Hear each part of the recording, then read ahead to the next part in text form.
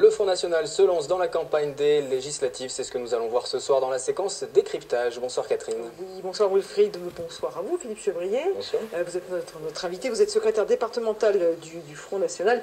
Et ma première question, évidemment, qui a fait l'actualité de tout le week-end, combien de parrainages pour Marine Le Pen? Il lui en manque combien? Alors, il lui en manquait 150 samedi. C'est très très dur, c'est très dur, il lui en manquait 50, je ne sais pas combien il lui en manque aujourd'hui, c'est une affaire qui est quand même secrète dans notre mouvement. Pourtant on en parle beaucoup. Il y a 2 ou 3 personnes qui savent les chiffres très exactement. C'est 150 ou 50? Véritablement 50 signatures? Non, 150. Pardon. Ah, vous avez dit 50. C'est pour ça que je me permets de vous reprendre pour être bien clair. Oui, parce que j'avais entendu 50 et donc 150. J'ai répété bêtement, mais en fait c'est 150. Ouais. Donc voilà, et donc c'est très difficile. Et je ne sais pas combien elle en a gagné dans ces jours-ci.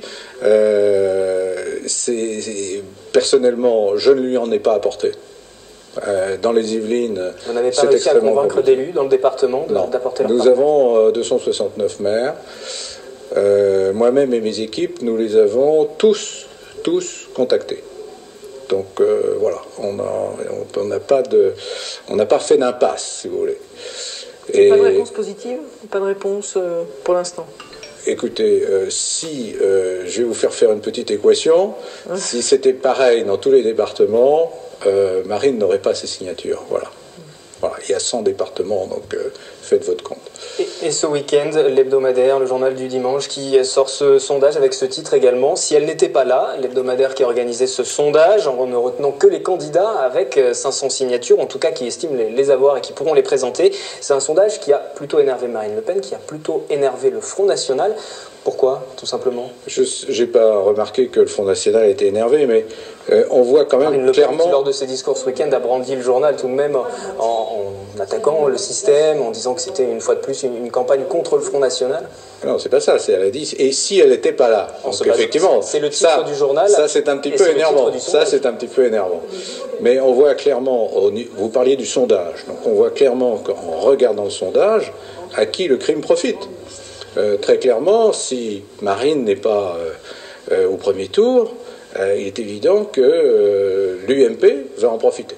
Hein, et donc a plus de chances d'aller au deuxième tour. Bon, voilà, c'est tout ce qu'on peut dire à ce stade. Maintenant, chacun appréciera. Mais c'est certain qu'il y a beaucoup de maires UMP ou de droite dans les Yvelines, ça ne vous a pas échappé.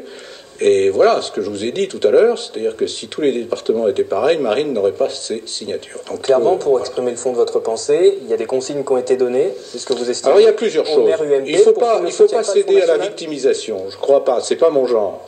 Donc il y a plusieurs choses qui jouent. Il y a beaucoup de maires aussi dans les petits villages qui sont des maires de liste sans étiquette et qui font équipe avec leur conseil municipal. Et donc le conseil municipal ne souhaite pas que le maire prenne position à droite ou à gauche ou pour le Front National ou pour Mélenchon, que pour cette présidentielle-là, c'est plus compliqué que pour les précédentes? Bah oui, ça l'est de plus en plus. Parce que, alors, justement, il y a quand même le phénomène des pressions qui sont faites, non seulement par le Conseil général, non seulement par le Conseil régional, mais aussi par les communautés de communes. Donc ça, très clairement, ça s'est aggravé. Hein. Et puis, il y a l'expérience des maires. J'ai encore eu un maire, là, tout à l'heure, au téléphone, qui me dit, mais attendez, la personne qui m'a précédé dans le poste, elle a donné sa signature à l'UMP. Voilà, bon, c'est quand même pas extraordinaire de donner sa signature à l'UMP, c'est le parti au pouvoir. Bon, eh bien, ça fait un clash terrible dans son conseil municipal, parce qu'il y avait là, dans le conseil municipal, des gens qui étaient plutôt de gauche. Donc, ils n'ont pas accepté ça. Donc, lui-même, maintenant, dans cette responsabilité, ne veut pas donner sa signature. Il la donne à personne. Alors, le Conseil constitutionnel doit se prononcer avant le 29 février sur une question prioritaire de constitutionnalité déposée justement par le Front National qui demande l'anonymat des parrainages. Votre avis, c'est plutôt... Bah écoutez, pour s'obtenir gain de cause, en tout cas. Oui, enfin, je souhaite qu'il y ait un réveil démocratique en France. Je le souhaite, qu'est-ce que je voulais que je dise, mais la constitution même du Conseil constitutionnel m'invite à beaucoup de prudence. Nous avons fait notre devoir, nous avons joué la règle jusqu'au bout, la règle démocratique, tous les recours qui nous étaient donnés dans le cadre de la loi, nous avons essayé de les mener à bien. Maintenant, nous verrons, et je pense que les électeurs apprécieront. Justement, nous leur avons posé la question, faut-il que les signatures des maires aux candidats restent anonymes? Vos réponses? Oui, je pense que ça doit rester anonyme. Pour quelle raison? Pour que tout le monde puisse se présenter, sans qu'il y ait des représailles par la suite, même si on n'est pas pour certains candidats. Je crois que c'est la démocratie qui prime. Absolument, oui. Oui, c'est purement privé. Pourquoi? Parce qu'un maire n'a pas besoin de s'exposer à des remarques, et il le fait suivant sa conscience. Pas spécialement. Si on donne son avis pour quelqu'un, c'est aussi, on a peut-être aussi envie de savoir pour qui on a donné cet avis. Voilà. Maintenant, les personnes qui n'ont pas envie ne le diront pas, mais ça peut être révélé. Je vois pas pourquoi ce serait anonyme. Personnellement, non. Ça devrait pouvoir être consultable, à mon avis. Oui, parce que bon, ça fait partie de la vie privée des gens. Pour moi, oui. Ça devrait rester anonyme, tout comme quand nous on vote pour les élections, ça reste anonyme. Pourquoi ce serait pas pareil pour les différents maires de notre nation? Bon, voilà pour cette question dite nationale. On va maintenant parler des législatives, le Front National dans les Yvelines. Vous avez présenté certains de vos candidats, pas tous. 6 ou 7 sont connus sur les 12 circonscriptions des Yvelines. Ce sera définitivement connu le 10 février. C'était volontaire de ne pas tout donner d'un coup. Oh, c'est pas ça, c'est des commissions d'investiture qui se réunissent régulièrement tous les mois, et donc voilà, aujourd'hui on en est à 7. Voilà, mais il y aura des candidats dans chacune des circonscriptions du département dans les 12. Oui, ça je vous rassure. Mais j'en présente encore 3 à la prochaine commission d'investiture, là, début février, donc il en restera 2 à présenter à la suivante. Quoi. Donc, vous êtes fixé une date limite? Non, il n'y a pas de date limite. On fait attention à la qualité de nos candidats. Voilà, alors potentiel. Donc, alors on va justement, on réfléchit bien. On va justement parler de ces candidats parce qu'il y a certains candidats qu'on retrouve, que certains électeurs connaissent déjà, d'autres qu'on découvre un petit peu. Alors sur les circonscriptions par exemple qui nous intéressent particulièrement, sur 50 ans en Yvelines, c'est la première et la seconde. On voit Dominique Touly et François Siméoni, ça on va revenir dessus. Sur la 4e et la 8e, on voit les panneaux Liliane Tarot ou Patricia Cotte, et puis sur la 10e, 11e et 12e, alors on vous retrouve vous, Philippe Chevrier. Sur la 10e, vous aviez déjà été candidat en 2007. Et oui, en 2009 aussi. Jacques Desroux, sur la 11e, il avait déjà été candidat, mais pas sur la 11e. Et puis Bernard Huette, il était aussi candidat sur la 12e circonscription. D'ailleurs, en 2007, sur la 10e circonscription, vous aviez réalisé 3,56% des voix. Vous repartez sur la même circonscription, avec le même discours, le même programme, ou qu'est-ce qui a changé entre 2007 et 2012 sur cette circonscription? Elle a basculé de l'UMP, entre-temps de l'UMP à Europe Écologie Les Verts. Oui. C'est la circonscription d'Annie Pourcinoff, voilà, pour ne pas la nommer, qui est, si je me souviens bien, sa caractéristique essentielle étant de promouvoir les 32 heures. Donc les électeurs apprécieront.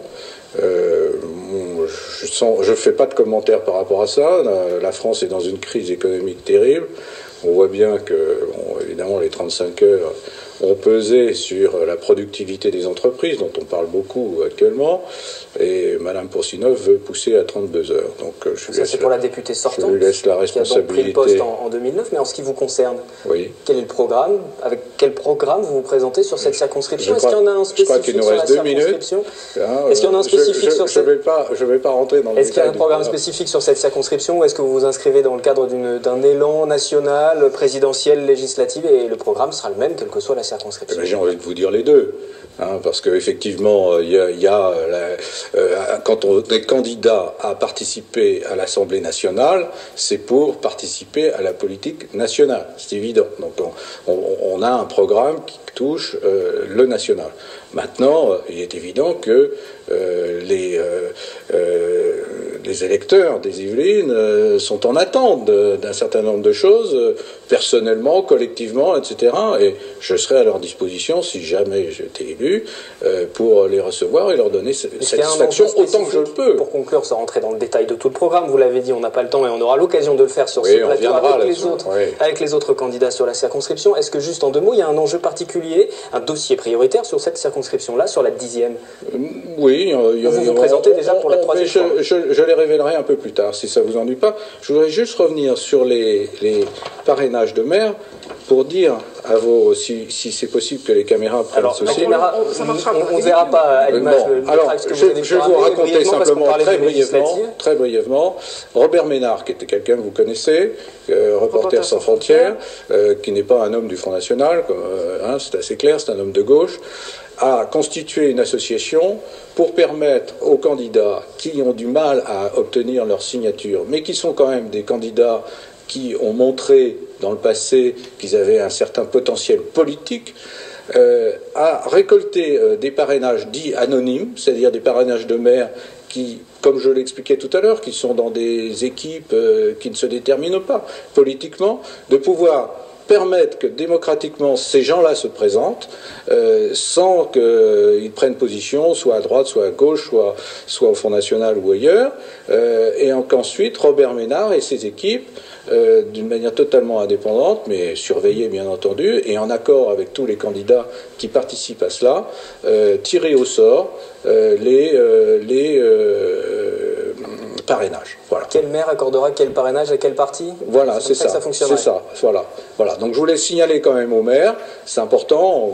Vous m'invitez, j'en profite. Au final, le nom des maires sera connu sur la candidature, sur le soutien qui sera apporté. Jusqu'à présent, sauf changement le 22 février du Conseil constitutionnel. Bien sûr, mais il leur sera très facile de montrer qu'ils sont passés par le biais de cette association qui, par définition, est donc neutre. Ça permettrait de se dédouaner, entre guillemets, pour les rapport à leur conseil municipal. Par rapport à leur conseil municipal. Voilà. On revient brièvement maintenant sur les législatives, puisqu'on s'est attardé sur la question des présidentielles. Vous avez souhaité souligner ce site internet, donc on revient brièvement sur les législatives. On ne va pas évoquer donc les autres candidats, parce que là on n'a plus trop le temps, mais comment vous allez mener campagne? Est-ce qu'il y aura une campagne particulière qui sera menée pour ces législatives? Ah non, on est très classique.